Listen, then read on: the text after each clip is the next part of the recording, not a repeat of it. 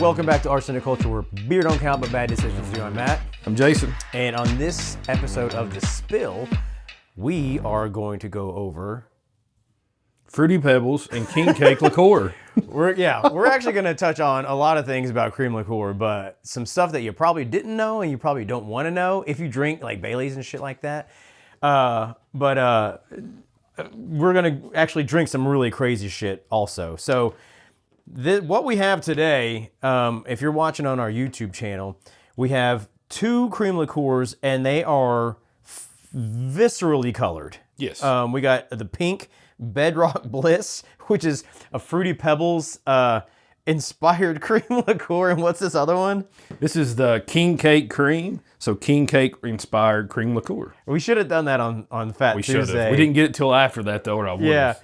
But and the King Cake is like super purple. Yeah. Honestly, the colors of these, it looks like you probably shouldn't put them in your body. I would agree. Have you ever seen there's like YouTube videos of like a time lapse of what happens to like if you put like an energy drink? And I've seen McDonald's hamburger, like the time lapses on those. Oh yeah. They don't change. Where they're they like don't change decades. Yeah. No, I've seen where like they put like a rusted thing of metal in like Coke. Oh, I have or like seen an that. energy drink. And seen it'll that. just like dissolve everything. Yeah. Like this liquid looks like it would do something similar to your body if you just let you set in there. Can't wait to be pooping purple and pink Right. for days. So here's the thing, like I really enjoy a good cream liqueur. Yeah. Like a Baileys, especially with the Baileys and coffee or some Bourbon Irish cream, whiskey. yeah. Bourbon cream is great.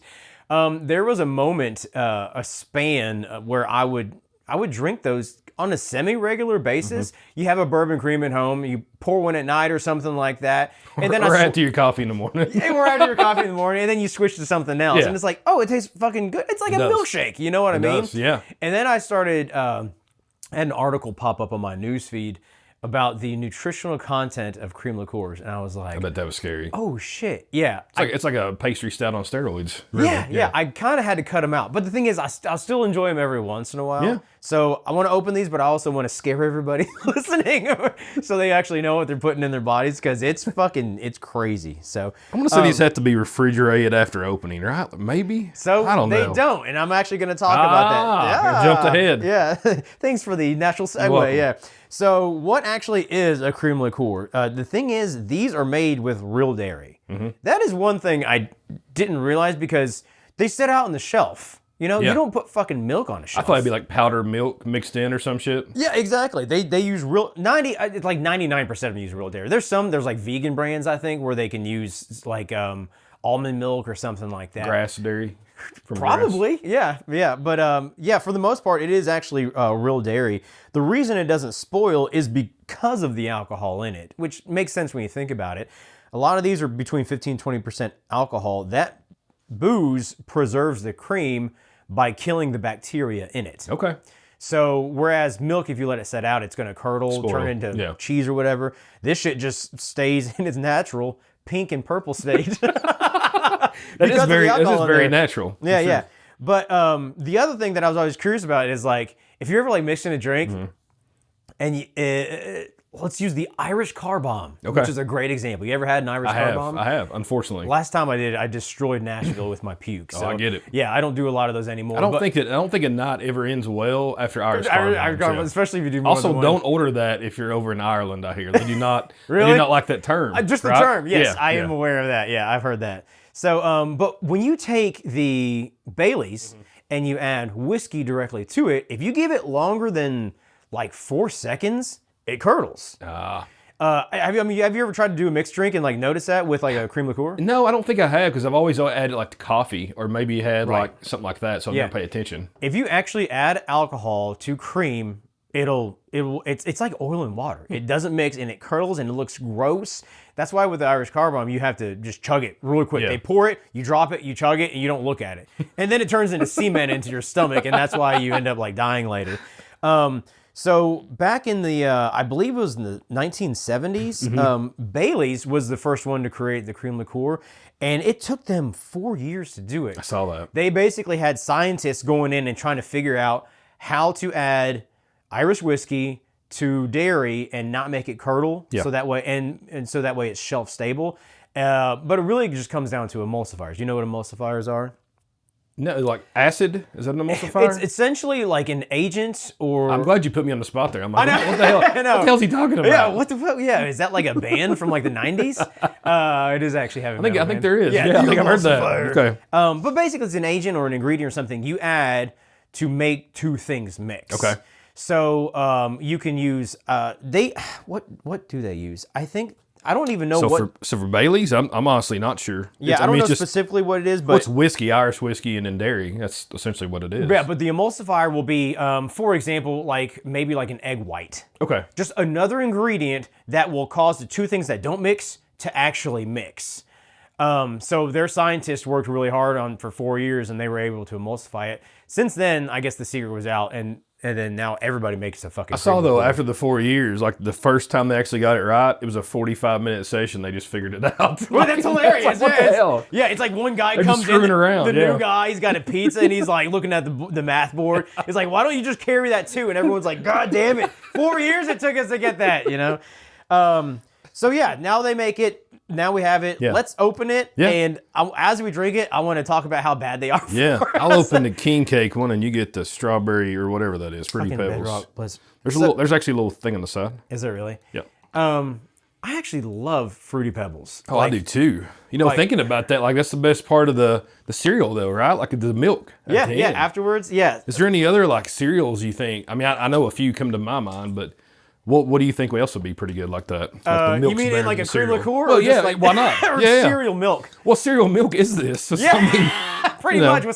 Dude, could you imagine just having cereal milk and pouring vodka in there? No. Yeah, I'm going to try it. We're going to try it I'm next struggling time. on this.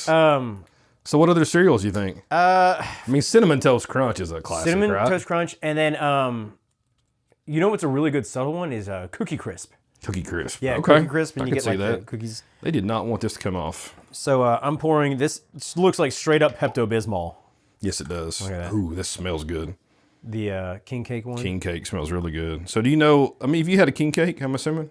Yeah, like I don't go out of my way to get them. It's just like a super thick. Well, they just come in like once a year in the stores. Yeah. Around here, anyway. I can actually smell the booze in this Fruity Pebbles one. You can't smell the booze. I just smell king cake. Yeah. So an average 2-ounce pour of Bailey's comes out to, I believe, around 300 to 330 calories. Wow. How many ounces is that? 2 ounces. Wow. 2 ounces. So that's, I guess, considered a general pour. We got about... You said 300 calories? Yeah, about 327 calories, actually. So if you look at that compared to like a beer, like your standard light beer is probably 100 to 150. You know what I mean? Or even like a really popular like White Claw. Like everybody's gotten down to like 90 to 100 calories, you know? So this is... You're talking about 2 ounces is over 3 times that. That's true. That includes 3 to 15 grams of fat, 20 to 25 grams of sugar, and then whatever alcohol in there, which these are 17%. 17% alcohol. I mean, these are like fortified wines. Go ahead. No, I was going to say there was this article in the USDA that actually said 1 pour of cream liqueur is the same as eating 2 donuts and taking a shot of tequila, which... If you look at it, they must have been using small donuts. If you use like a Krispy Kreme, it's closer to like a donut and a shot of tequila. Yeah. But that's still like, can you imagine just taking like a shot and it's being like... I don't even feel like Krispy Kreme are like huge donuts. If you're in Lexington, like North Lime has much bigger. You know what I mean? I don't want to know what the nutrition facts are in that. But yeah, I mean, it's like every single pour of this, you're drinking like dessert. It's fucking good. That's really good. That's a king cake. Okay. The Fruity Pebbles smells more like alcohol on the nose, but it tastes like fruit all the way through. I think the king cake's better. The king cake is thicker somehow. That's what makes it better, I think. Yeah. So it makes me wonder, like this came from Ology Brewing out of Florida. Have you heard of them? I have, yeah. We've actually had some of their stuff at Beer Fest or something. We've had a few things. I think they do a lot of collabs. So this one here is actually the Bedrock Bliss. It's collab with Mortalis out of New York. Yeah. And that was one we actually had down there. They have some really thick pastry stouts and stuff like this. They had if I remember correctly, like a bright neon blue drink. Yeah, super maybe Bantha. It's like a Star Wars theme kind of thing. I think it's hilarious that they have to go with like the super like pastel like Easter colors for all. Oh, it is Easter color. That's why we're doing it. Basically, yeah. And then this one's a collab with Parrish, which makes total sense, right? One is, Parrish out of Louisiana, yeah. But honestly, both are Yeah. I thought they're really good. Give us a little bit of background on So, man, some of the weird history of this, you look at like combining milk and booze, right? Mm-hmm. So that's two things. Back in colonial times, they had colonial milk punch. It was made from milk, brandy, rum, and citrus. We talked about that. That did was the, on our the Fireball Eggnog episode. We right. actually talked about that. right. I remember that. So this one here, though, the citrus is what would curdle it in there. They were worried about that curdling Right. it. So what they would have to do is they would strain it afterwards to just make it clear. Look at this. Oh, that's actually next level.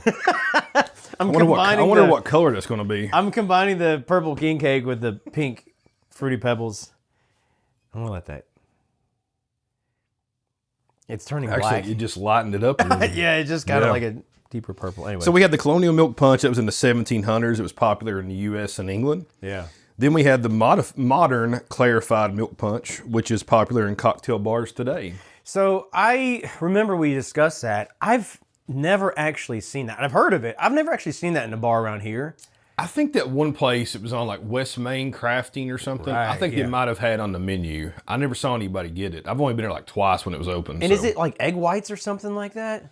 That might be like the emulsifier you were saying. I think they put egg whites. I didn't see the recipe on that one. Okay. I didn't. You know, some more popular ones though, Fight Milk. Remember I was talking about that one? Yes. Might be my favorite episode of all time. Yeah. Fight Milk, yeah. That was episode, what was that, 79. Yeah, from the absolute worst cocktails. It was down there at Wes's place, Wes and Michelle in Mount Sterling. That was the one that made him vomit immediately. Just putting an egg in there. The great recipe of crow eggs, milk, and vodka. We didn't have crow eggs, but we made it work. Yeah. And then probably two of the most famous, I would say, is a White Russian and Pina Coladas. So that's pretty cool. Yeah, okay, so yeah, that's actually crazy that you say that. A White Russian, yeah, it doesn't curdle, and it's coffee, liqueur, vodka, cream, or milk. So something in there is acting as an emulsifier, I guess. Well, I would think, though, a lot of times people make White Russians, they might cheat on it, right? So maybe they're using the liqueur anyway, just pouring it in there. I don't know. I mean... Oh, that makes sense. So, like, the liqueur, maybe the liqueur already has some sort of emulsifier. I'm just fucking bullshitting at this point. I have no idea. But maybe the liqueur has, like, the Kahlua has some sort of... I don't have a clue either. I was believing you until you said that. I shouldn't give myself away. Yeah.